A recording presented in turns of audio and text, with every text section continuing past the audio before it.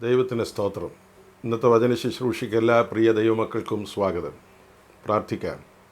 തിരുവത്താഴം എന്ന മഹത്തരമായ കൂദാശ സഭയുടെ ജീവൻ്റെ സമൃദ്ധിക്കും പുനരുത്ഥാനത്തിൻ്റെ ശക്തിക്കും പകർന്നു നൽകിയ കർത്താവെ, ഈ ദിവസത്തിൻ്റെ ധ്യാനം ഞങ്ങൾക്കും ഈ പ്രപഞ്ചത്തിനാകെയും ജീവസുറ്റതായി മാറുവാൻ കൃപ ചെയ്യണമെന്ന് ക്രിസ്തുയേശുവിൻ നാമത്തിൽ ഞങ്ങൾ അപേക്ഷിക്കുന്നത് ദയയോടെ കേൾക്കണമേ.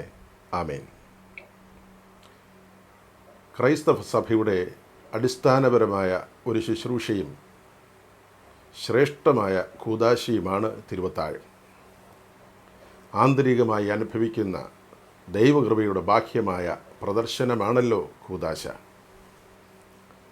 ബുദ്ധമതസ്ഥർക്ക് മന്ത്രങ്ങൾ നിമന്ത്രണം ചെയ്യപ്പെട്ട പ്രാർത്ഥനാ ചക്രം തിരിച്ച് ലോകത്തിൻ്റെ സമാധാനത്തിനു വേണ്ടി പ്രാർത്ഥിക്കുന്ന ഒരു പതിവുണ്ട്.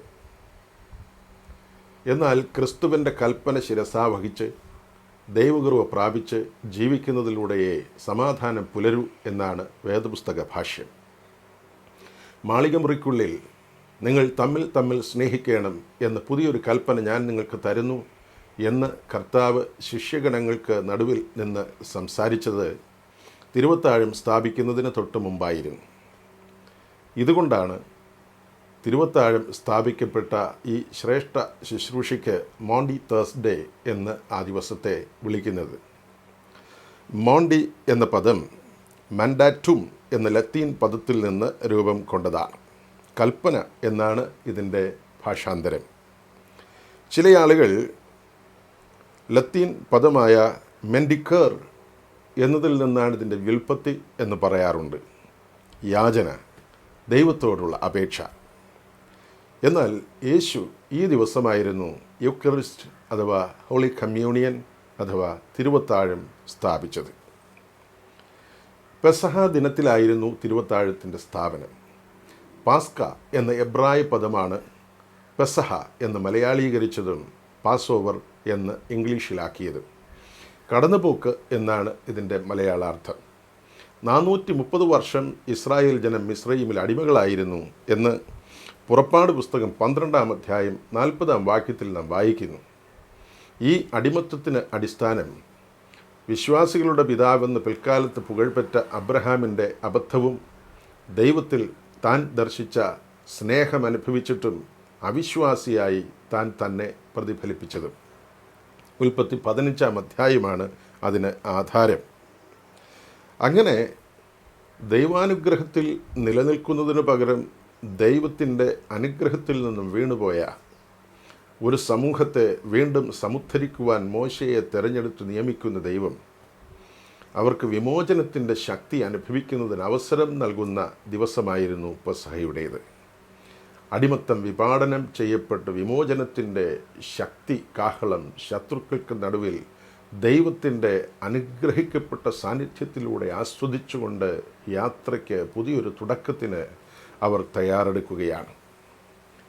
ഒരു കൂട്ടം പേർ മിസ്രയീമിൽ തൻ്റെ പ്രിയപ്പെട്ട കടിഞ്ഞൂലുകൾ മരണപ്പെട്ടതിൻ്റെ മുറവിളിയിൽ ആയിരിക്കുമ്പോൾ, മറുകൂട്ടം പേർ ഇസ്രായേൽ ജനം അവരുടെ ജീവിതത്തിലെ ഇരുണ്ട പൂർവ്വകാലത്തെ ജീവിതത്തിൽ ദൈവം മാറ്റി അനുഗ്രഹം പകർന്നു നൽകി സ്വാതന്ത്ര്യം അനുവദിച്ച അതിൻ്റെ പുലർകാല വായു അനുഭവിക്കത്തക്കവണ്ണം സന്ധ്യാനേരത്തവർ സഞ്ചാരമാരംഭിക്കുകയാണ്. അതാണ് പെസഹയുടേത്. മരണത്തിൻ്റെ ശക്തി അപ്രത്യക്ഷമാവുകയും ജീവൻ്റെ പുതിയ പ്രത്യാശ അവരുടെ ജീവിതത്തിൽ ഉണ്ടാവുകയും ചെയ്തു. ആ അനുഭവസ്ഥരാകാൻ തന്നെയാവണം കർത്താവ് അന്ന് തന്നെ ഈ തിരുവത്താഴവും സ്ഥാപിക്കപ്പെട്ടത്. മനുഷ്യൻ്റെ വലിപ്പം അവന് അഭിമുഖീകരിക്കേണ്ടി വന്ന ദുഃഖത്തിൻ്റെ വലിപ്പമാണ് എന്ന് ജി സ്റ്റെയ്നർ പ്രസ്താവിച്ചത് ഇപ്പോൾ ഓർക്കുന്നു. അതിനാൽ പൂർവ്വകാലങ്ങളെ അനുസ്മരിച്ച് ദൈവത്തിന് സ്തോത്രമർപ്പിച്ചുകൊണ്ടുള്ള പ്രയാണമാണ് പെസഹ ജീവിതം. ഉപ്പ് ചേർക്കാതെ കുടലും അന്തർഭാഗങ്ങളുമൊക്കെയായി തീയിൽ ചുട്ട് പുറത്തെടുത്ത മാംസം, ആവർത്തനം 16:7, കയ്പുചീര, പുളിക്കാത്ത മാവിലെ അപ്പം, കുറേ വീഞ്ഞ് എന്നിവ വെച്ചുകൊണ്ടുള്ള പൂർവ്വകാല ജീവിതത്തിലെ അനുസ്മരണമാണ് അവരുടെ ജീവിതത്തിലെ ഈ പുതിയ ആഘോഷം. ഈ ആഘോഷത്തിൽ വളരെ ശക്തിയുക്തം വേദപുസ്തകം പ്രതിപാദിക്കുന്നത് പുതിയ തലമുറയ്ക്ക് അനുഭവിച്ച ദൈവസ്നേഹത്തെ പകർന്നു വയ്ക്കുന്ന നിമിഷം കൂടിയാവണം പെസഹ എന്നാണ്. സ്ഥലകാല സീമകളെ ഭേദിക്കുന്ന അലൗകികതയുടെ ചേരുവകൾ ഒരാശയത്തിൽ സംഗമിക്കുമ്പോഴാണ് അത് അനുഭൂതിയും കാലാവർത്തിയുമായി പരിണമിക്കുന്നത്. അങ്ങനെയാണ് യേശു പെസഹാ ദിനത്തിൽ തൻ്റെ ഓർമ്മയ്ക്കായി ചെയ്യാൻ കൽപ്പിച്ചുകൊണ്ട് തിരുവത്താഴത്തെ സ്ഥാപിക്കുന്നതും. ഓർമ്മ എന്ന് ഭാഷാന്തരം ചെയ്തിരിക്കുന്ന ഗ്രീക്ക് വാക്കിന് അനംനേസിസ് എന്നാണ് ഉപയോഗിച്ചിരിക്കുന്നത്. അങ്ങനെ ആത്മചോദകമായി ഒളിമങ്ങാതെ എന്നും മനുഷ്യനിൽ പ്രശോഭിച്ചു നിൽക്കുന്ന ഈ തിരുവത്താഴം ഉൽപ്പത്തി പുസ്തകം മുതൽ ഉത്ഭവിക്കുന്ന ചില അന്തര അർത്ഥപ്രവാഹത്തിൻ്റെ സമന്വയമാണ്. മനുഷ്യൻ അഭിജാത ഗുണങ്ങൾ അടിഞ്ഞ് വികൃതമായി തീരുന്ന ചിത്രം ഉൽപ്പത്തി അവതരിപ്പിക്കുന്നു. കൊലപാതകിയായി തുടർന്ന് അതിലൊരുവൻ അധമീകരിക്കുന്നു. ഇടയ സംസ്കാരത്തിൻ്റെ നേതാവായി ജീവിക്കുന്ന ഹാബേലിനെ കാർഷിക സംസ്കൃതിയിൽ വസിച്ച് കൃഷിവലനായി വളർന്ന് വരുന്ന കയീൻ എന്ന ജ്യേഷ്ഠ സഹോദരൻ കോപിച്ച് വയലിൽ വെച്ച് വകവരുത്തുന്നു. അങ്ങനെ രണ്ട് സമൂഹങ്ങൾ സന്തോഷിച്ച് സഹവസിക്കുന്നതിന് പകരം ശത്രുതയിൽ ഉൽപ്പത്തി മുതൽ ആരംഭിക്കുന്നതായി നാം തിരുവെഴുത്തിൽ വായിക്കുന്നു. അങ്ങനെ ഇവർ ഇരു സംസ്കാരങ്ങളുടെയും സന്താനങ്ങളിലൂടെ ഊട്ടി വളർത്തപ്പെട്ട ധ്രുവീകരിക്കപ്പെട്ട ശത്രുത മിസ്രയീമിലെ അടിമത്ത കാലത്ത് പോലും നിലനിന്നിരുന്നതായാണ് നാം കാണുന്നത്. കൃഷിവലന്മാരുടെ കാർഷിക വിളവിൽ നിന്നുള്ള സമർപ്പണവും തിരുമുമ്പിൽ ആട്ടിൻകൂട്ടങ്ങളെ മേയിക്കുന്നവരുടെ പ്രതിനിധിയായ ഹാബേലിൻ്റെ യാഗവും ഒന്നിക്കുന്നത് പെസഹാ ദിനത്തിലാണ് എന്ന് നാം പിന്നെ വായിക്കുന്നു. അവരുടെ പുറപ്പാടിൻ്റെ പ്രഥമ സന്ധിയിലാണിത് സംഭവിക്കുന്നത്. അത്യുന്നതനായ ദൈവത്തിൻ്റെ പുരോഹിതനായ മൽക്കിസേദെക്ക് അപ്പവും വീഞ്ഞുമായി അബ്രഹാമിനെ എതിരേൽക്കുന്ന ഭാഗം ഉൽപ്പത്തി 14:18 നാം കാണുന്നു. തുടർന്നതിൻ്റെ ആഴമായ അർത്ഥം എബ്രായർക്ക് എഴുതിയ ലേഖനം 6-ാം അധ്യായം 19 മുതൽ 7-ാം അധ്യായം 28 വരെയുള്ള വാക്യങ്ങളിലും ദർശിക്കുന്നു. ഇത് തിരുവത്താഴത്തിൻ്റെ നിഴലായി നമുക്ക് കരുതാം. ഗിദെയോനും മാനോഹയും ദൈവത്തിൻ്റെ സന്ദർശനം ഗ്രഹിച്ചുകൊണ്ട് അവരെ ആതിഥ്യം നൽകി ആദരിക്കുമ്പോൾ അവിടെയും അപ്പവും മാംസവും നൽകി സ്വീകരിക്കുന്നതായി ന്യായാധിപന്മാർ 6-ാം അധ്യായം 19, 13-ാം അധ്യായം 19 എന്നീ വാക്യങ്ങളിൽ ദർശകമാണ്. പെസഹാചരണത്തിലെ അപ്പത്തിലും കുഞ്ഞാടിൻ്റെ രക്തത്തിലും തിരുവത്താഴമെന്ന ഗുപ്തനിധി ഒളിപ്പിക്കപ്പെട്ടിരുന്നു എന്ന് യേശു കർത്താവ് വെളിപ്പെടുത്തുന്നതുവരെ സത്യത്തിലെങ്കിലും ആർക്കും മനസ്സിലായിരുന്നില്ല. മാവ് പുളിപ്പിക്കാൻ സമയം ലഭിക്കാത്തതിനാൽ പെട്ടെന്ന് പുളിക്കാത്ത മാവ് കൊണ്ട് അപ്പമുണ്ടാക്കി ഭക്ഷിച്ചാണവർ പുറപ്പെട്ടതെന്ന് പുറപ്പാട് പുസ്തകം 12-ാം അധ്യായം 39-ാം വാക്യത്തിൽ കാണാം. അടിമ വീട് വിട്ട് പുറപ്പെടേണ്ടി വന്നതിനാൽ പെസഹാ ദിനത്തിലെ ചരിത്ര വസ്തുത അടിമത്തത്തിൽ നിന്നുള്ള വിമോചനത്തെ വ്യക്തമാക്കുന്നു. പുറപ്പാട് 12-ാം അധ്യായം 8-ാം വാക്യം, 18-ാം വാക്യം, ആവർത്തന പുസ്തകം 16-ാം അധ്യായം 3, 8 എന്നീ വാക്യങ്ങൾ. തിടുക്കത്തിൽ തിന്നാൻ ദൈവം കൽപ്പിച്ചതിലൂടെ വേഗത്തിൽ ഈ അനുഭവസ്ഥരാകാൻ ദൈവം ജനങ്ങൾക്ക് നൽകിയ ആഹ്വാനമായി കരുതാം. മനുഷ്യൻ മരണത്തിൽ നിന്നും രക്ഷപ്പെടാൻ തിടുക്കം കാണിക്കണമെന്ന് ഇത് ചൂണ്ടിക്കാണിക്കുന്നു. ഉൽപ്പത്തി 7:16 തുടങ്ങിയുള്ള വാക്യങ്ങളിൽ ഇതൊക്കെ വ്യക്തമാണ്. ദരിദ്രൻ്റെ ഭക്ഷണമായി പുളിപ്പില്ലാത്ത അപ്പം ഭക്ഷിക്കുന്നതിലൂടെ ഇനിയും അടിമത്തത്തിലാകാതിരിക്കാൻ ജീവിത ലാളിത്യം നിലനിർത്തണമെന്ന ഉദ്ബോധനം ഇതുവഴി ദൈവം നൽകുകയാണ്. പുളിപ്പ് മനുഷ്യൻ്റെ കാപഢ്യത്തിൻ്റെ അനന്യതയെ പ്രതിനിധീകരിക്കുന്നു. മത്തായി എഴുതിയ സുവിശേഷം 16-ാം അധ്യായം 6-ാം വാക്യവും ലൂക്കോസ് എഴുതിയ സുവിശേഷം 12-ാം അധ്യായം 1-ാം വാക്യവും. പുളിപ്പില്ലായ്മ ജീവിതത്തിൻ്റെ പവിത്രതയുടെ കരുത്തായി വേദപുസ്തകം അടയാളപ്പെടുത്തുന്നു. ദൈവം മനുഷ്യൻ തിരുവത്താഴത്തിലൂടെ കൂട്ടായ്മ ബന്ധം ബലപ്പെടുത്തി ജീവിക്കാൻ വിളിക്കപ്പെട്ടിരിക്കുന്നു എന്ന് ഉദ്ബോധിപ്പിക്കുകയാണ്. പെസഹയ്ക്ക് 2 ദിവസം മുമ്പ് അഥവാ ചൊവ്വാഴ്ച യെരുശലേമിൽ മഹാപുരോഹിതൻ്റെ മണ്ഡപത്തിൽ മൂപ്പന്മാരും ശാസ്ത്രിമാരും ഒന്നിച്ച് സമ്മേളിച്ച് ക്രിസ്തുവിനെ ഒടുക്കിക്കളയുന്നതെങ്ങനെ എന്ന ആലോചനയിൽ പ്രവേശിച്ചു. മത്തായി 26 അധ്യായം 1 വാക്യം മുതൽ 5 വാക്യം വരെ കാണാം. അതേസമയം കുഷ്ഠരോഗിയായ ശിമോൻ്റെ വീട്ടിൽ ക്രിസ്തു അന്ന് ഭക്ഷണത്തിനിരിക്കുകയായിരുന്നു. വലിയ പാപത്തിൽ നിന്നും ക്രിസ്തു അവർക്ക് മുക്തി നൽകിയതിൻ്റെ അർത്ഥം ഉള്ളിൽ ഗ്രഹിച്ച് ഒരു സ്ത്രീ ക്രിസ്തുവിൻ്റെ പാദയുഗ്മങ്ങൾ അവളുടെ പരിമള തൈലം കൊണ്ട് അഭിഷിക്തയാക്കി വീട് സുഗന്ധം കൊണ്ട് നിറയ്ക്കുന്ന ദിവസമായിരുന്നു അത്. ആ സമയം അവിടെ ഇരിപ്പുണ്ടായിരുന്ന യൂദ ഇസ്കറിയോത്ത് ആ തൈലം 300 വെള്ളിക്കാശ് വിറ്റെങ്കിൽ ലഭിക്കുമായിരുന്നു എന്ന ഉത്കണ്ഠ ഉള്ളിലൊതുക്കി ആത്മഗതം ചെയ്യുന്നത് യേശു ഗ്രഹിച്ച് അവനെ പ്രത്യുത്തരം നൽകി പ്രതിരോധിക്കുകയുണ്ടായി. അവൻ്റെ ജീവിതത്തിന് എന്നിട്ടും ഒരു പരിമള ജീവിതത്തിലേക്ക് മടങ്ങിയെത്തുന്നതിന് സാധിക്കാതെ പോയെന്നത് ദുഃഖകരമാണ്.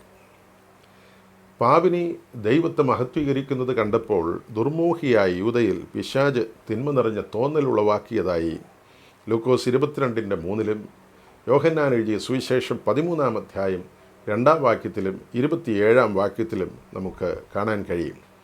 അന്നു തന്നെ അവൻ ചെന്ന് യഹൂദ നേതാക്കന്മാരുടെ അടുക്കൽ നിന്ന് 30 വെള്ളിക്കാശ് തൂക്കി വാങ്ങുകയുണ്ടായി. മത്തായി 26:14 മുതൽ 16 വരെയുള്ള വാക്യങ്ങളിലും മർക്കോസ് എഴുതിയ സുവിശേഷം 14 അധ്യായം 10 മുതൽ വായിക്കുന്ന വാക്യങ്ങളിലും നാം വായിക്കുകയാണ്.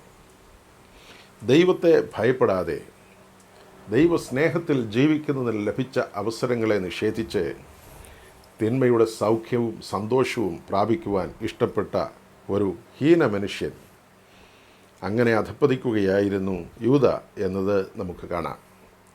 യേശു ഈ മനുഷ്യനെക്കുറിച്ച് ഇങ്ങനെ പറയുകയുമുണ്ടായി: ഞാൻ വിശ്വസിച്ചവനും എൻ്റെ അപ്പം തിന്നവനുമായ പ്രാണസ്നേഹിതൻ പോലും എനിക്ക് നേരെ കുതികാൽ ഉയർത്തിയിരിക്കുന്നു എന്ന സങ്കീർത്തന വാക്യം ഉദ്ധരിച്ചുകൊണ്ട്.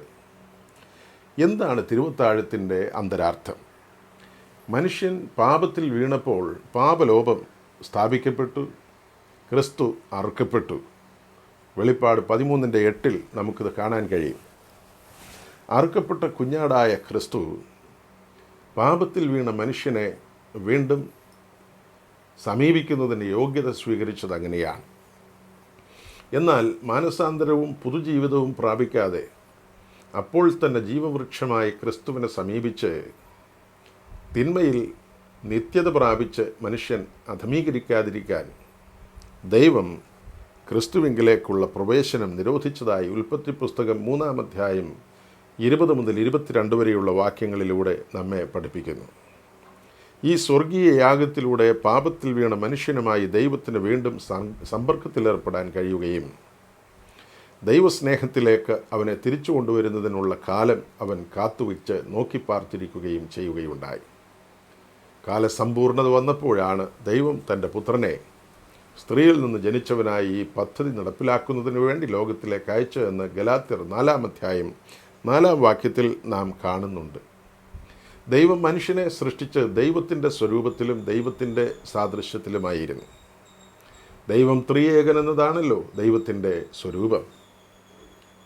അതുപോലെ തന്നെയാണ് ദൈവം പിതാവും പുത്രനും പരിശുദ്ധാത്മാവും ആയിരിക്കുന്നത് പോലെ മനുഷ്യനെയും ത്രികുടികൾ കൊണ്ട് 3 ആശയങ്ങൾ ഒന്നിപ്പിക്കുന്നവനാക്കി സൃഷ്ടിച്ചിരിക്കുന്നത്.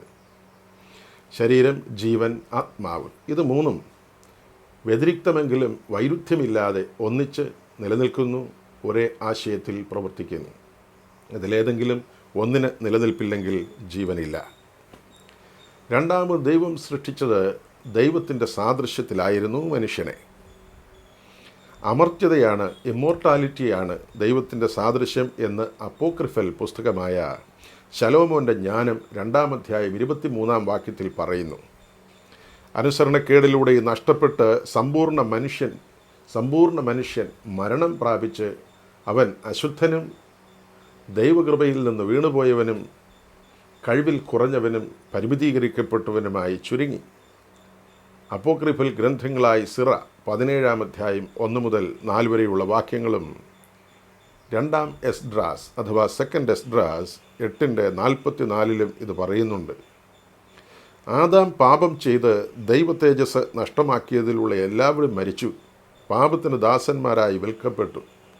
റോമർ 3-ാം 23, 5-12 തുടങ്ങിയ വാക്യങ്ങളിൽ നമുക്കിത് കാണാം. 7-ാം 14 മുതൽ 23 വരെയുള്ള വാക്യങ്ങളിൽ ഇതിനെക്കുറിച്ച് സുദീർഘമായി അപ്പോസ്തലൻ പൗലോസ് സംസാരിക്കുന്നു. ജീവനുള്ള ശരീരമായിരുന്ന ദൈവത്തിൻ്റെ സാദൃശ്യം പാപത്തിലൂടെ മനുഷ്യന് നഷ്ടപ്പെട്ടതുകൊണ്ട് മനുഷ്യൻ മരണമുള്ളവനും ജഡത്തിൽ വസിക്കുന്നവനുമായി തീർന്നു.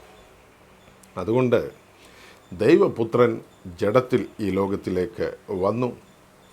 യോഹന്നാൻ 1:14, റോമർ 8:3, 1 തിമോഥെയോസ് 3:16, എബ്രായർ 2-ാം 14, 16 എന്നീ വാക്യങ്ങൾ, 1 യോഹന്നാൻ 4-ാം 2 വാക്യങ്ങൾ എന്നിവയിൽ അവൻ ജഡരക്തങ്ങളോടുകൂടിയവനായി ഈ ലോകത്തിൽ വന്നു എന്നും മക്കൾ ജഡരക്തങ്ങളിൽ അകപ്പെട്ടതുകൊണ്ട് അധമീകരിച്ചതുകൊണ്ടാണ് അത് ചെയ്തത് എന്നും വ്യക്തമാക്കുന്നുണ്ട്.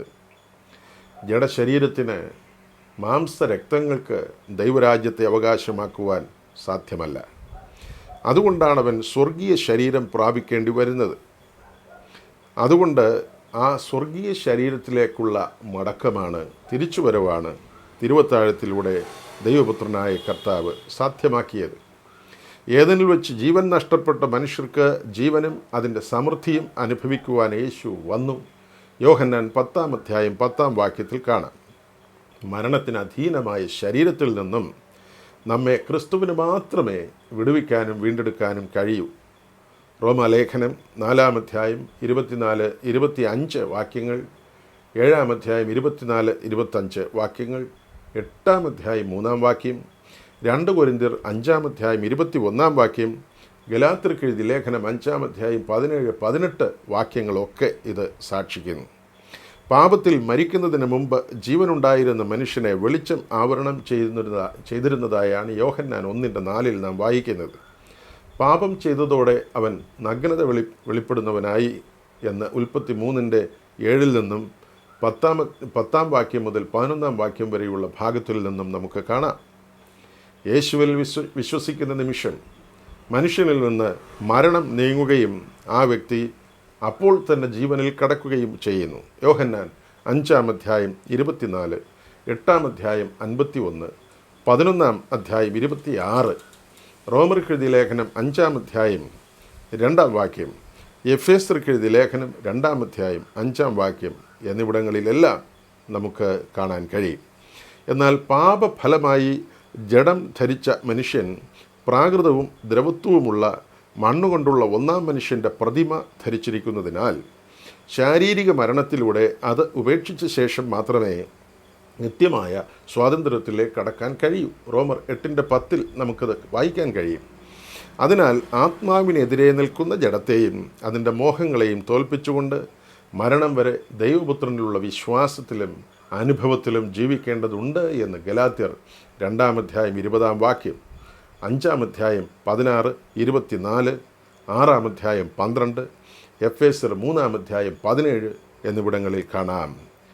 ജഡപ്രകാരം ജനിച്ചവർ അതിനായി ആത്മപ്രകാരം പുനർജനിക്കേണ്ടതുണ്ടെന്ന് യോഹന്നാൻ 3-ാം പറയുന്ന അതുകൊണ്ടാണ്. ഗലാത്യർ 4:39 വെളിപ്പെടുത്തുന്നതും അതുകൊണ്ടാണ്. ആ ധന്യമായ ജീവിതത്തിൽ അപ്പോസ്തലൻ പൗലോസ് സന്തോഷിക്കുന്നതായി കാണാം. ഫിലിപ്പിയർ 1:23 യേശുവിനെ വിശ്വസിക്കുമ്പോൾ നിത്യജീവൻ പ്രാപിക്കുന്നു എങ്കിലും ജീവശരീരം പ്രാപിക്കുന്നില്ല. ആത്മീക ശരീരം പുനരുത്ഥാന ശേഷമാണ് വിശ്വാസിക്ക് ലഭിക്കുന്നത്. അതിനാൽ ദൈവസ്നേഹത്തിൽ സ്വർഗത്തിൽ നിന്നിറങ്ങി വന്ന ക്രിസ്തുവിൻ്റെ ജീവശരീരത്തെ നാം കൈക്കൊള്ളുന്നു. യോഹന്നാൻ 6-ാം 50-ാം വാക്യത്തിൽ ഇത് വെളിപ്പെടുത്തുന്നു. ആ സ്വർഗീയ ശരീരത്തിന് മാത്രമേ മരണം നീക്കാനുള്ള കഴിവുള്ളൂ. ആ അപ്പം ഭക്ഷിക്കുന്നവൻ്റെ ഉള്ളിൽ ജീവനുണ്ടെന്നും അത് ഭക്ഷിക്കുന്നവനെ ക്രിസ്തു ഒടുവിലത്തെ നാളിൽ ഉയർത്തെഴുന്നേൽപ്പിക്കുമെന്നും പറഞ്ഞത് യോഹന്നാൻ 6-ാം 50 മുതലുള്ള വാക്യങ്ങളിൽ കാണാം. അതിനാൽ തിരുവത്താഴം സ്വീകരിക്കുന്നതിലൂടെ ഉയർത്തെഴുന്നേൽപ്പിൻ്റെ ജീവനും ശക്തിയും വ്യക്തിയിൽ ഉൾക്കൊള്ളുകയും ക്രിസ്തു ഒടുവിൽ ആ വ്യക്തിയെ ഉയർപ്പിക്കും എന്ന ഉറപ്പ് ലോകത്തിന് നൽകുകയും ചെയ്യുന്നു. ഇത് സാക്ഷിക്കുന്നതിനു വേണ്ടിയായിരുന്നു സ്നാപക യോഹന്നാൻ എത്തിച്ചേർന്നത്. യേശുക്രിസ്തുവിൻ്റെ സ്നാനസമയം ഈ സ്വർഗീയ ശരീരം ഉയരത്തിൽ നിന്ന് ഇറങ്ങി വരികയുണ്ടായി. സോമാറ്റിക്കോസ് എന്നാണ് ഇറങ്ങി വന്ന ശരീരത്തിന്. ലൂക്കോസ് എഴുതിയ സുവിശേഷം 3-ാം അധ്യായം 22-ാം വാക്യത്തിൽ പറഞ്ഞിരിക്കുന്നത്. സോമാറ്റിക്കോസ് എന്നത് ലിവിങ് ബോഡി, ജീവനുള്ള ശരീരം എന്നാണ് അർത്ഥം. പൊതുവിൽ വേദപുസ്തകം ആ അർത്ഥത്തിലാണ് പ്രഖ്യാപിക്കുന്നത്. മനുഷ്യൻ മരിച്ച ശേഷമുള്ള അവൻ്റെ ശരീരത്തിന് ഗ്രീക്ക് ബൈബിളിൽ പറഞ്ഞിരുന്നത് സാർക്കിക്കോസ് എന്നാണ്. സാർക്സ് എന്ന് പറഞ്ഞാൽ ഫ്ലഷ് അഥവാ ജഡം. BC 9-ാം നൂറ്റാണ്ടിൽ ഒരു പ്രവാചക ഗണത്തെ രൂപപ്പെടുത്തിയ സ്നാപക യോഹന്നാൻ ജീവനുള്ള ക്രിസ്തുവിൻ്റെ ശരീരം സ്വർഗത്തിൽ നിന്ന് ഇറങ്ങി വരുന്നതിന് സാക്ഷ്യം വഹിക്കുന്നു എന്നത് സവിശേഷമായ കാര്യമാണ്. മാളികമുറിയിൽ വെച്ചായിരുന്നു ഈ വലിയ ശുശ്രൂഷയുടെ അരങ്ങേറ്റം. കർത്താവിൻ്റെ അന്ത്യ അത്താഴത്തോടെയാണ് മാളികമുറി വേദപുസ്തകത്തിൽ ഇടം പിടിക്കുന്നത്. ഈ മുറിയിൽ വെച്ചുള്ള ക്രിസ്തുവിൻ്റെ ശ്രേഷ്ഠമായ ശുശ്രൂഷ ലോകത്തെ മുഴുവൻ പിടിച്ചടക്കുകയും കീഴ്പ്പെടുത്തുകയും ചെയ്യുന്ന ഒരു വലിയ പ്രവാഹമായി പിന്നീട് പുറപ്പെടുകയുണ്ടായി. സ്വർഗീയ ശരീരം യേശു തിരുവത്താഴത്തിൽ നുറുക്കി നൽകി. അതാണല്ലോ മരണത്തെ അതിജീവിക്കാനുള്ള ശക്തി നിറഞ്ഞ ക്രിസ്തുവിൻ്റെ ശരീരം. യേശു പത്രോസിനെയും യോഹന്നാനെയും അയച്ച് പെസഹയ്ക്കുള്ള ഒരുക്കങ്ങൾ ചെയ്യുന്നു. ലൂക്കോസ് 22:8. ഭക്ഷണമേശ ലൂക്കോസ് വിശേഷത്തിൽ വളരെ പ്രധാനപ്പെട്ടതാണ്. ഇതിൽ 9 വിരുന്നുകളെക്കുറിച്ച് പരാമർശിക്കുന്നുണ്ട്. നാം ആ 9 വിരുന്നുകൾ 5-ാം അധ്യായം, 7-ാം അധ്യായം, 9-ാം അധ്യായം, 10-ാം അധ്യായം, 11-ാം അധ്യായം, 14-ാം അധ്യായം, 22-ാം അധ്യായം എന്നിവിടങ്ങളിലാണ് കാണുന്നത്. ഇനി 2 എണ്ണം അവശേഷിക്കുന്നുണ്ട്. 24-ാം അധ്യായം 28 മുതൽ 32 വരെയുള്ള വാക്യങ്ങളിലും 36 മുതൽ 43 വരെയുള്ള വാക്യങ്ങളിലും. ഈ ദിവ്യമായ പുതിയ അർത്ഥം കൽപ്പിച്ചുകൊണ്ട് ചരിത്രത്തിലെ പെസഹയെ ദൈവരാജ്യവുമായി യേശു ബന്ധിപ്പിക്കാനാണ് ശ്രമിച്ചത്. പെസഹാ ദിനത്തിൽ തന്നെ താൻ പെസഹാ കുഞ്ഞാടായി അറുക്കപ്പെടുമെന്ന് ദൈവത്തിൻ്റെ പദ്ധതിയായിരുന്നു. 1 കൊരിന്ത്യർ 5-ാം അധ്യായം 7-ഉം 8-ഉം വാക്യങ്ങളിൽ ഇത് വായിക്കുന്നു. യേശുവിൻ്റെ മനസ്സിലെ മശിഹാ വിരുന്നിൻ്റെ മുന്നോടിയായിരുന്നു ഇത്. ലൂക്കോസ് 14:15, 22:16 എന്നീ വാക്യങ്ങളിൽ ഇത് നമുക്ക് വായിക്കാൻ കഴിയുന്നുണ്ട്. ഇത് മാളികമുറിയിൽ വെച്ചാണ് സംഭവിച്ചത്. അത്താഴം കഴിഞ്ഞ് 4 കപ്പ് വീഞ്ഞുകളാണ് തിരുവത്താഴത്തിൽ വെച്ചിരിക്കുക. അത്താഴം കഴിഞ്ഞ് അവസാനം കുടിക്കുന്ന 4-ാമത്തെ കപ്പ് വീഞ്ഞെടുത്ത് യേശു വാഴ്ത്തി. യൂക്കറിസ്റ്റീസാസ് എന്ന ഗ്രീക്ക് വാക്കിലൂടെ ഉപയോഗിക്കുന്നു. ഗേവ് താങ്ക്സ് എന്നാണ് ഇതിനർത്ഥം.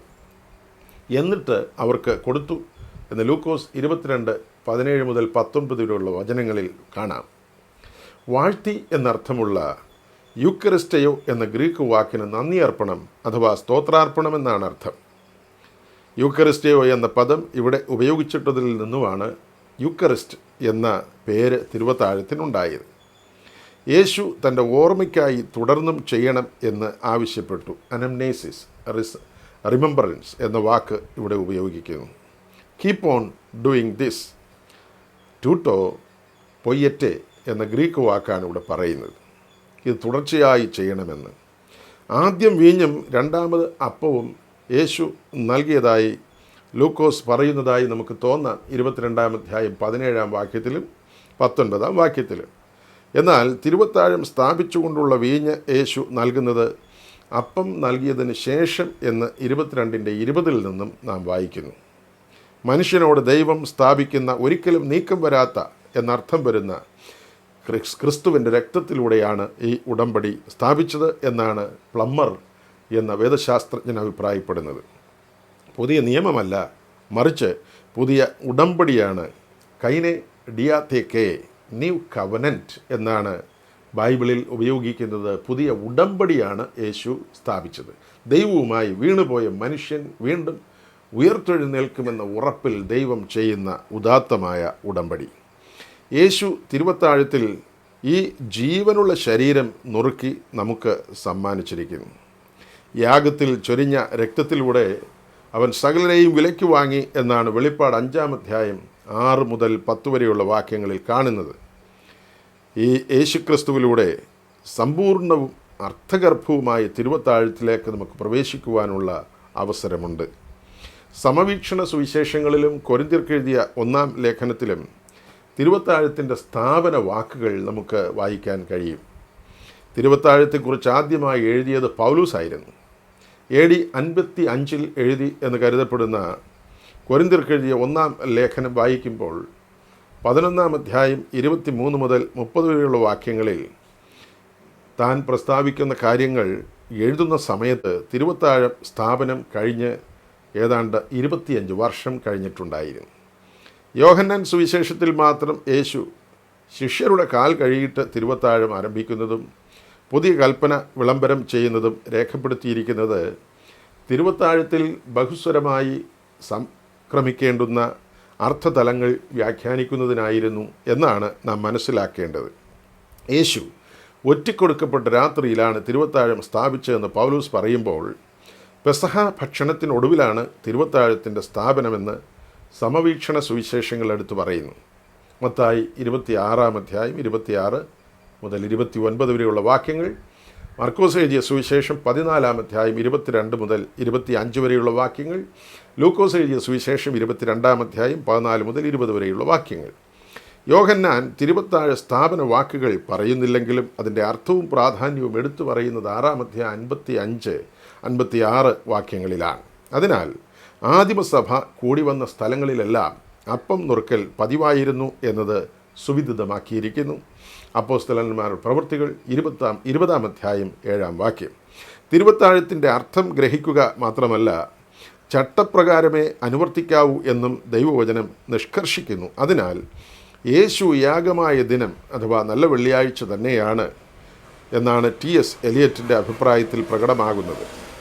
അദ്ദേഹം പറയുന്നു, ശരിയായ പാനീയം ക്രിസ്തുവിൻ്റെ രക്തവും ശരിയായ ഭക്ഷണം രക്തം വാർന്നൊഴുകുന്ന മാംസവുമായിരിക്കെ നമുക്ക് ഗണ്യവും ശക്തവുമായ മാംസരക്തങ്ങൾ ഉണ്ടെന്ന് ചിന്തിക്കാൻ ആഗ്രഹിക്കുന്നു. ശരിയായ അർത്ഥം ഉൾക്കൊണ്ട് അനുഭവിക്കേണ്ടുന്ന കൂദാശയാണ് ഈ തിരുവത്താഴം എന്ന് നാം അതുകൊണ്ട് ഗ്രഹിക്കണം.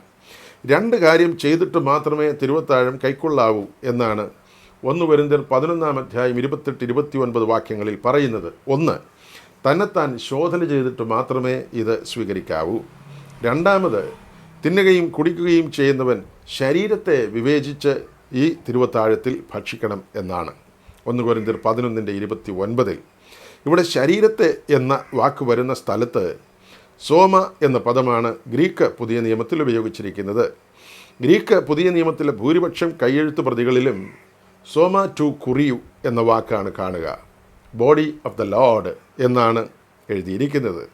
കർത്താവിൻ്റെ ശരീരമാണ് തിരുമേശയിൽ നമുക്കായി നുറുക്കിത്തരുന്നതെന്ന് തിരിച്ചറിഞ്ഞ് ഭക്ഷിക്കണം, വിവേചിച്ച് ഭക്ഷിക്കണമെന്നാണ് ഇവിടെ സൂചിപ്പിക്കുന്നത്. ഈ വാക്യത്തിൻ്റെ തമിഴ് പരിഭാഷ ഗ്രീക്കുമായി വളരെ യോജിക്കുന്നതാണ്. അവിടെ എഴുതിയിരിക്കുന്നത്, എണ്ണത്തിനാൽ എന്നിൽ അപാത്രമായി ഭോജനപാനം പണ്ണുகிறവൻ കർത്തരിൻ ശരീരം ഇന്നതെന്ന് നിദാനിത്ത് എന്നാണ്. കർത്തരിൻ ശരീരം ഇന്നതെൻ്റെ നിദാനിത്ത്, കർത്താവിൻ്റെ ശരീരമാണിത്, ലോർഡ്സ് ബോഡി എന്ന് തിരിച്ചറിഞ്ഞ് വേണം അത് സ്വീകരിക്കണമെന്നാണ് എഴുതിയിരിക്കുന്നത്. എന്നാൽ മലയാള വേദപുസ്തകത്തിൽ ഈ പദം നഷ്ടപ്പെട്ടതായിട്ടാണ് നമുക്ക് കാണാൻ കഴിയുക. ഇങ്ങനെ വിവേചിക്കാത്ത തിരുമേശ ശാപകാരണമായി ഭവിക്കുമെന്ന അപകട സൂചന തിരുവെഴുത്ത് നൽകുന്നു. ലൂക്കോസ് 13-26 1 കൊരിന്ത്യർ 11-ാം അധ്യായം 29-30 വാക്യങ്ങളിലും. ക്രിസ്തു എന്ന ഒരേ അപ്പത്തിലും അനുഗ്രഹപാത്രത്തിലും അംശികളാകുന്നവർ ഭൂതങ്ങളുടെ പാനപാത്രത്തിൽ നിന്നും അപ്പമേശയിൽ നിന്നും ഒഴിഞ്ഞിരിക്കേണ്ടതാണെന്ന് 1 കൊരിന്ത്യർ 10-ാം അധ്യായം 13 മുതൽ 23 വരെയുള്ള വാക്യങ്ങളിൽ കാണാം. 1 തെസ്സലോനിക്കർ 1-ാം അധ്യായം 9-ാം വാക്യത്തിലും ഇത് സൂചിപ്പിക്കുന്നു. ക്രിസ്തുവിൻ്റെ ശരീര രക്തങ്ങൾ കൈക്കൊള്ളുന്നവർ വിശുദ്ധ ജീവിതം ചെയ്യണമെന്ന് അതുകൊണ്ട് നിർബന്ധിക്കപ്പെട്ടിരിക്കുന്നു. 1 കൊരിന്ത്യർ 10-ാം അധ്യായം 3 മുതൽ 11 വരെയുള്ള വാക്യങ്ങളാണ് അത് വെളിപ്പെടുത്തുന്നത്. ഈ ചിന്ത ഉൾക്കൊണ്ടിരുന്ന പൂർവ്വകാല വിശ്വാസികൾ ഭക്തിനിർഭരമായിട്ടാണ് തിരുവത്താഴത്തിൽ പങ്കെടുത്തിരുന്നതെന്ന് നാം കേട്ടിട്ടുണ്ട്. തലമുറകൾ ആവഹിച്ചിരുന്ന ഈ ദൈവവിശ്വാസത്തിൻ്റെ ആന്തരിക ശക്തി ഭൗതിക ആസക്തിക്ക് പിൽക്കാലത്ത് വഴിമാറുകയും നവസമൂഹം വിശ്വാസം സംവഹന മുക്തമാക്കി വച്ചതുമൂലം വറ്റി ഉറഞ്ഞതിനാൽ ഇന്നവർക്ക് ക്രിസ്തുവിൻ്റെ കാൽവരി മരണം പോലും ദുർഗ്രഹമായി തീർന്നിരിക്കുകയും ചെയ്തിരിക്കുന്ന ദയനീയ കാഴ്ച ഇന്ന് എവിടെയും കാണാം എന്നത് പൊതുവിൽ പഴയ ജനത പറയുന്ന വളരെ സങ്കടകരമായ ഒരു കാര്യമാണ്. പ്രാക്തന സമൂഹത്തിൽ പ്രോജ്വലിച്ചു നിന്നിരുന്ന തിരുവത്താഴത്തിൻ്റെ അർത്ഥതലങ്ങളും അതനുഭവിക്കണമെന്നുണ്ടായിരുന്ന ഉത്കടമായ അഭിലാഷവും ചോർന്നുപോയ ശേഷം ആചാരങ്ങളിൽ അഭിരമിക്കുന്ന സഭയെയാണ് ഇന്ന് നാം കാണുന്നതെന്ന പരിഭവം പലർക്കുള്ളിലും പുകയുന്നുണ്ട്. ആചാരങ്ങളുടെ ചാരത്തിൽ നിന്നും അർത്ഥവും അനുഭവവും ഉൾക്കൊള്ളുന്ന സത്താത്മക ഭാവത്തിലേക്ക് സഭ മടങ്ങിപ്പോകേണ്ടതുണ്ട്. സമൂഹത്തിൽ എല്ലാ ഘടനയിലും ഈ മാറ്റം കൈവരുമ്പോൾ പരപീഡനാസക്തി മനുഷ്യബുദ്ധിയിൽ നിന്നും മുക്തമാവുകയും പാപാസക്തി അലിഞ്ഞില്ലാതായ ശേഷം ശുഭ്രമാനസം തെളിഞ്ഞ് നന്മയും ശുദ്ധിയും അതിൽ പൂത്തുലയുകയും ചെയ്യും. മറ്റുള്ളവർക്കായി സ്വയം ക്രിസ്തു മുറിവേറ്റ സാഹസം നമ്മിലും ഉറകൂടി തെളിയുമ്പോൾ സഭ ചലനാത്മകമായി തീരും. അതാണ് തിരുവത്താഴത്തിൽ സംഭൃതമായിരിക്കുന്ന കലർപ്പില്ലാത്ത അർത്ഥം. ഈ രഹസ്യം ലോകത്തിന് നൽകാൻ ബാധ്യസ്ഥരാണ് നമ്മൾ. അറയിൽ കിടക്കുന്ന വിത്ത് ഞാറ്റുവേല നോക്കി വിതച്ച് ജൈവവും ജലവും നൽകി കാവലിരിക്കുമ്പോഴാണ് വിളവേറ്റലുണ്ടാകുന്നത് എന്നതുപോലെ തിരുവത്താഴത്തിൽ ഉറകൂടിയിരിക്കുന്ന ഉല്ലംഘിതമായ സത്ത ജ്ഞാനമണ്ഡലത്തിൽ സന്നിവേശിച്ച് സംസ്കരിക്കപ്പെട്ട് അനുഭവേദ്യമാകുമ്പോഴാണ് മനുഷ്യൻ്റെ സർവ്വമണ്ഡലങ്ങളിലും അതിൻ്റെ ബഹിസ്ഫുരണങ്ങൾ ദൃശ്യമാവുക. അല്ലെങ്കിൽ ഇത് വെറുമൊരു ആചാരമായി അവശേഷിക്കും. അതുകൊണ്ട് ജീവൻ്റെ ഉറപ്പും അതിൽ നിന്ന് ഉറകൂടപ്പെട്ട വിശ്വാസത്തിൻ്റെ സജീവമായ നിലനിൽപ്പും ലോകത്തിന് തിരുവത്താഴം കൈക്കൊള്ളുന്ന ഒരു വ്യക്തിയിൽ ലോകത്തിൽ വെളിപ്പെടേണ്ടതാണ്. കൂട്ടായ്മയുടെ ബന്ധം. ഉൽപ്പത്തി പുസ്തകത്തിൽ ഉത്ഭവിക്കുന്ന ശത്രുത അവസാനിച്ച് ഒന്നിച്ച് ആഘോഷിച്ച് ജീവിതത്തിൻ്റെ ഒരു പുറപ്പാടിൻ്റെ മരുഭൂപ്രയാണം തുടങ്ങുന്നത് പോലെ പുനരുത്ഥാനത്തിൻ്റെ ശക്തി സംവഹിച്ച് ക്രിസ്തുവിനോട് സമന്വയിക്കപ്പെട്ടൊരു ജീവിതം കാടും മേടും പടലും ഒക്കെ താണ്ടിയുള്ള ക്രൂശിതനായി ക്രിസ്തു നയിക്കപ്പെട്ട ത്യാഗോജ്വലമായൊരു ജീവിതം ഉയർത്തെഴുന്നേൽപ്പിലേക്ക് നമ്മെ നയിക്കും എന്ന ആ വലിയ ഉത്കടമായ വിശ്വാസത്തിൽ മുന്നേറുവാനാണ് തിരുവത്താഴം നമ്മിൽ ആഹ്വാനം ചെയ്യുന്നത്. ദൈവത്തിൻ്റെ കൃപയിൽ ശരണപ്പെട്ടുകൊണ്ടുള്ള സ്വർഗത്തിൽ നിന്നിറങ്ങി വന്ന ജീവൻ്റെ അപ്പം ഭക്ഷിച്ച് ഉത്ഥിതനായി ക്രിസ്തുവിൻ്റെ സജീവ ജീവനിൽ ഈ ലോകത്തിൽ നിലനിൽക്കാൻ സഭയെ കർത്താവ് വിളിക്കുകയാണ്. ആ വലിയ അനുസ്മരണമാണ് പെസഹയിൽ പുലരേണ്ടത്, തിരുവത്താഴത്തിൽ സംജാതമാകേണ്ടത്. ആ വലിയ ഉത്ഥാന ശക്തിയിൽ ലോകത്തിൽ ഈ ക്രൈസ്തവ സഭയ്ക്ക് നിലനിൽക്കാനാവട്ടെ എന്ന് പ്രാർത്ഥിക്കുന്നു. ലോകം മുഴുവൻ കണ്ണുനീരിലാണ്ടിരിക്കുമ്പോൾ, രോഗത്തിൻ്റെ സംക്രമണത്തിൽ വേദനയിൽ അമർന്നിരിക്കുമ്പോൾ, അപ്പം ഒന്നാകെ കൊണ്ട് പലരായ നാം ഒരു ശരീരം എന്ന് ഓർത്ത് എല്ലാവരുടെ വേദനയും നമ്മുടെയും വേദനയാണെന്ന് തിരിച്ചറിഞ്ഞ് ലോകത്തിൻ്റെ പങ്കും ഓഹരിയും ക്രിസ്തുവിലൂടെ നമ്മിൽ നിന്ന് ലോകത്തിലേക്ക് പകരപ്പെടുവാൻ നാം നമ്മെ തന്നെ അർപ്പണം ചെയ്യേണ്ടുന്ന നിമിഷമാണിത് എന്ന് ബോധ്യപ്പെട്ടുകൊണ്ട് ക്രിസ്തു സ്വന്തം ശരീരം ലോകത്തിന് പങ്കിട്ടതുപോലെ നാം നമ്മുടെ ജീവിതം ലോകത്തിൻ്റെ ജീവനും നന്മയ്ക്കും വേണ്ടി പങ്കിട്ട് ഈ ലോകത്തിൽ ജീവിക്കത്തക്കവണ്ണം കർത്താവ് നമ്മെ സഹായിക്കട്ടെ. പുത്രനായ ക്രിസ്തുവിൽ നമ്മുടെ അനുഭവങ്ങളെ കൈനീട്ടി സമർപ്പിച്ച് അതിനെ വാഴ്ത്തി പങ്കിട്ട് നൽകുന്ന ഒരു സ്വർഗീയ അനുഭൂതി തിരുവത്താഴത്തിലുണ്ട്. ആ വലിയ അർത്ഥത്തിൽ സഭ ഒന്നായാൽ ദൈവവചനത്തിൻ്റെ ആഗ്രഹം നിവർത്തിക്കപ്പെടും. ക്രിസ്തു നമ്മിലൂടെ ഈ ലോകത്തെ മുഴുവൻ പരിവർത്തിതമാക്കും. സർവശക്തനായ കർത്താവ് അതിനായി നമ്മെ സഹായിക്കട്ടെ. ആമേൻ. പ്രാർത്ഥിക്കാം. കരുണയുള്ള കർത്താവേ, നിൻ്റെ സ്നേഹാർദ്രമായ ജീവിതം തിരുവത്താഴത്തിലൂടെ ഞങ്ങൾക്കായി പങ്കുവച്ചതിനായി സ്തോത്രം. സ്വർഗീയ ജീവിതത്തിൻ്റെ വാഹകരായി തീരാൻ തിരുവത്താഴം ഉൾക്കൊള്ളുന്നതിലൂടെ നീ ഞങ്ങൾക്ക് തന്നിരിക്കുന്ന ഭാഗ്യം ഓർക്കുമ്പോൾ എത്രയോ ശ്രേഷ്ഠം എന്ന് ഞങ്ങൾ ഗ്രഹിക്കുന്നു. ആ വലിയ അർത്ഥത്തിൻ്റെ അനന്യതയിൽ നിന്നോട് ചേർന്ന് പാർക്കാൻ ഞങ്ങളെ ശക്തരാക്കണമേ. തിരുവത്താഴത്തിലൂടെ ഞങ്ങൾ ഈ ലോകത്തിൽ ഒന്നാണ്, നിൻ്റെ മക്കളാണ്. ലോകത്തിൻ്റെ വേദന ഞങ്ങളും വഹിക്കേണ്ടവരാണ്. ത്യാഗോന്നതമായ ഒരു ജീവിതം നയിക്കേണ്ടതാണ് എന്ന ഉത്തരവാദിത്വം ബോധ്യപ്പെടാനും ഈ അർത്ഥത്തിൽ തുടർന്ന് തിരുവത്താഴം സ്വീകരിക്കാനും രോഗികളാകാതെ പാപപങ്കുലമായി ലോകത്തിൽ അധപ്പതിച്ചു പോകാതെ വ്യത്യസ്തവും വേറിട്ടതുമായ ഉത്കൃഷ്ട ജീവിതം നയിച്ച് നിൻ്റെ ശ്രേഷ്ഠ മക്കളും പദവിയുള്ളവരുമായി ലോകത്തിൽ ഞങ്ങളെ തന്നെ സാക്ഷ്യപ്പെടുത്താനും കൃപ ചെയ്യണമേ എന്ന് യേശുക്രിസ്തുവിൻ നാമത്തിൽ ഞങ്ങൾ ഏറ്റവും വിനയമായി അപേക്ഷിക്കുന്നത് അങ്ങ് കരുണയോടെ കേൾക്കണമേ. ആമേൻ. നമ്മുടെ കർത്താവും രക്ഷിതാവുമായി ക്രിസ്തുയേശുവിൻ്റെ കൃപയും അനുഗ്രഹങ്ങളും നാം എല്ലാവരോടും ഇന്നും എന്നേക്കും ഇരിക്കുമാറാകട്ടെ. ആമേൻ.